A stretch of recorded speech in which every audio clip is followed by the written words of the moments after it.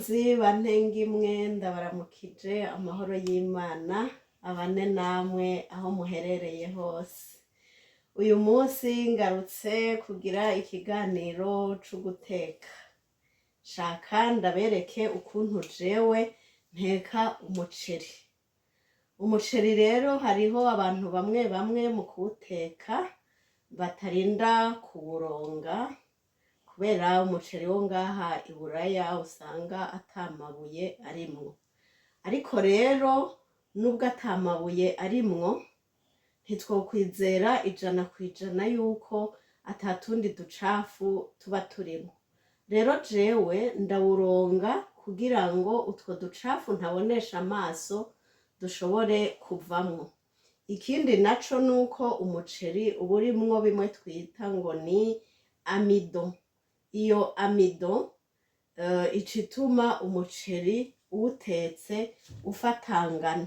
Rero ushaka guteka umuceri udafatanye uca uwuronga. Reka rero ndabereke ukuntu jewe ndonga umuceri kugira ngo ninawuteka uje kumera neza.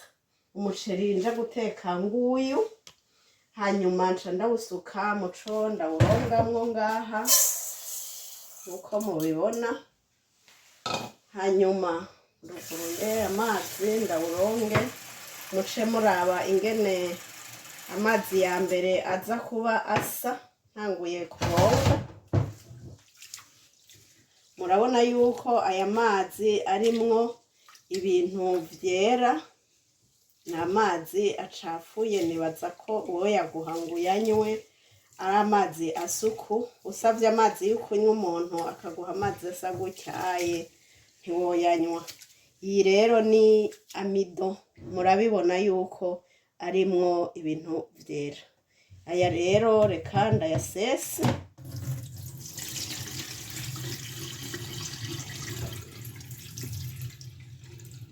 Umuceri wanje ndasubira nkawuronga kandi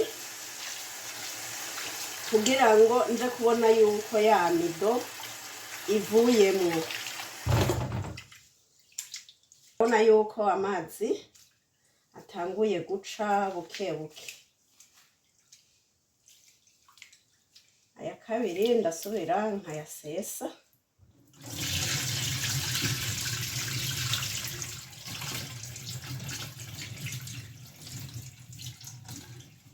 Ngaca subira muce muraba rero itandukaniro ry'aya mazi ya mbere n'aya agira gatatu. Murabona yuko bitandukanye, ya amido yavuyemwo, ubu amazi asa neza. Aha rero umuceri mba mpejeje kuwuronga. Hanyuma ikindi kija kumfasha kugira ngo umuceri wanje uje gusha neza ntuce ucika nk'ubutsima, ndabanza nkawushira ahantu ngira ndawushire ngaha, ndawukure mu mazi kugira ngo uje kumuka.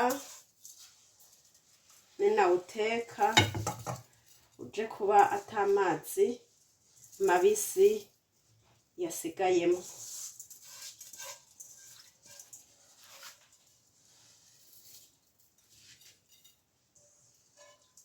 Nuko ndahejeje kuronga umuceri wanje, nca ndawurekera ngaha anye gatoyi ukumuka. Uriko urumuka rero nca mba ndakata nk'agatunguru canke utundi tuntu ndawushiramwo, canke ushaka kuwuteka uku ukaraba ikindi uba urakora wa muceri wawe ukaba urumuka. Yego, ubu wa muceri wanje wumutse, amazi yagabanutse. Rero jewe kubera nkunda agaceri gaciye mu tuvuta, ngira nce mbanza shire amavuta mu isafuriya ndawukarange. Singira amavuta menshi, ngira ayakwiye intebe y'isafuriya ntekamwo. Hanyuma nshashiramwo agatunguru muri aya mavuta yanje.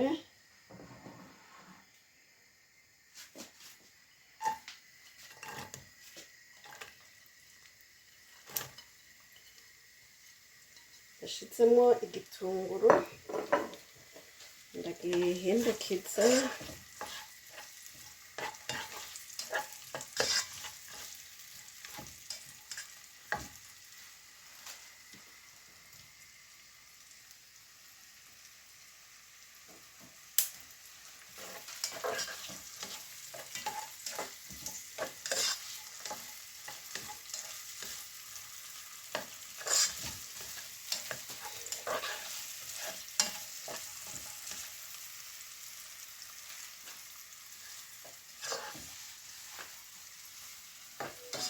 Hanyuma kubera ko jewe nkunda umuceri urimo akarungo gakenyi, mfise akarungo bita pilau masara, ngakanye kararyosha umuceri. Niwaba utazi aho ushobora kukagurira, uce unyandikira muri komantere ndakubwire aho ushobora kugakura. Ngira ndagashiremwo muri ca gitunguru. Ibirungo rero biravana n'ivyo wewe uba ukunda. Jewe ako niko karungo nkunda gukoresha. Ubundi munsi nahinduye nzobereka kuko uburyo bwo guteka ibirungo ushobora gushira mu muceri ni byinshi. Hari n'abadakunda ibirungo bawurya uko nyene, navyo nyene birashoboka. Jewe mugabo ico nico kirungo nkunda gukoresha kenshi mu muryango wanje, nico dukunda. Igitunguru rero sindindira ko gisha rwose, ngomba kigumane akamoto kugira ngo na wa muceri wanje uje kumota neza. Ca ndawushiramwo, murabona ko wumutse nkuko mubibona. Ariko uwukaranga gutya udafise umwanya ukwiye, si ngombwa yuko urindira yuko wumuka gutya. Ushobora kuwukaranga utarumuka rwose, mugabo naho bica bisaba yuko uwukaranga umwanya utari muto kugira ngo wumuke, ntuhave ufata mu isafuriya kandi ari byo twamye twanka yuko umuceri ucika nk'ubutsima.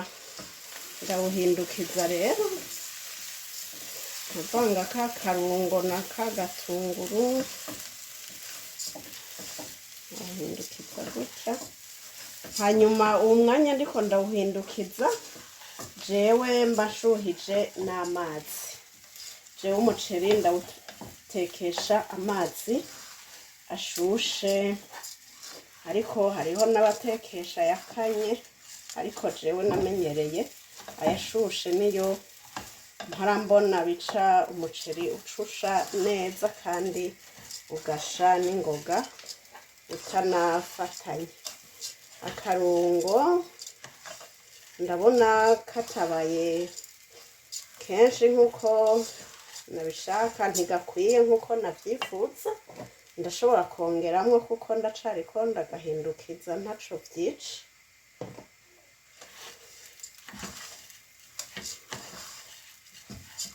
Urumva nyene ikirungo ushiramwo bivanye nuko wewe ubikunda. Muganda babwiye ko aka karungo nubwo ntari kongerera publicité abakidandaza, kuko je sindi umudandaza, nukuri umaze kurya umuceri urimwo aka karungo ntusubira gushaka uwundi. Reka rero shiremwo akunyu nako, naho ntakunda umunyu mwinshi, hariho abandi usanga bawukunda. Umunyu ndawushiramwo gutya ntarashiramwo amazi, niho jewe mpeza nkabona uwo nshizemwo uko ungana. Reka ndekuwe mbandanya ngahindukiza kubera ko amazi yari yakamye mu muceri, sindawuhindukiza umwanya muremure.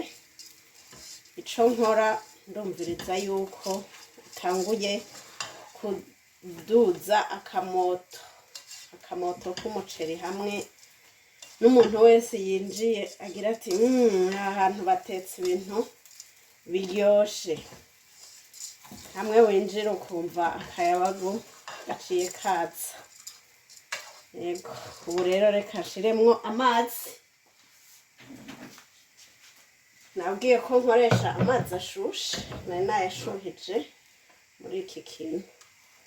Amazi ngenda yashiremo.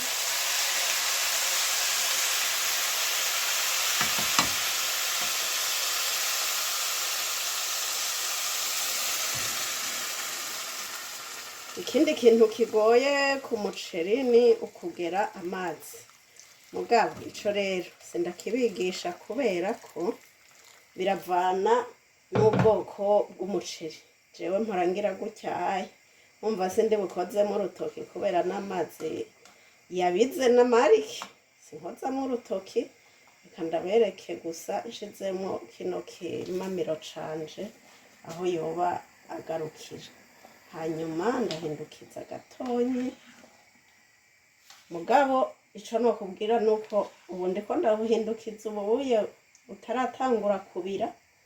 Mugabo umaze kubira umuceri si vyiza kuwusubizamwo ikimamiro, ucubuha umwanya rero ukarindira amazi akagabanuka. Ndarumije ubonye nagize umucanwa utari mwinshi cane kandi utari muke gose. Mugabo y'amazi yanje niyamara kugabanuka hejuru ntasubire kurengera, ndaja kubibereka nca ngabanya umucanwa nkawuha umwanya ugasha witonze. Reka rero turindire aya mazi agabanuke.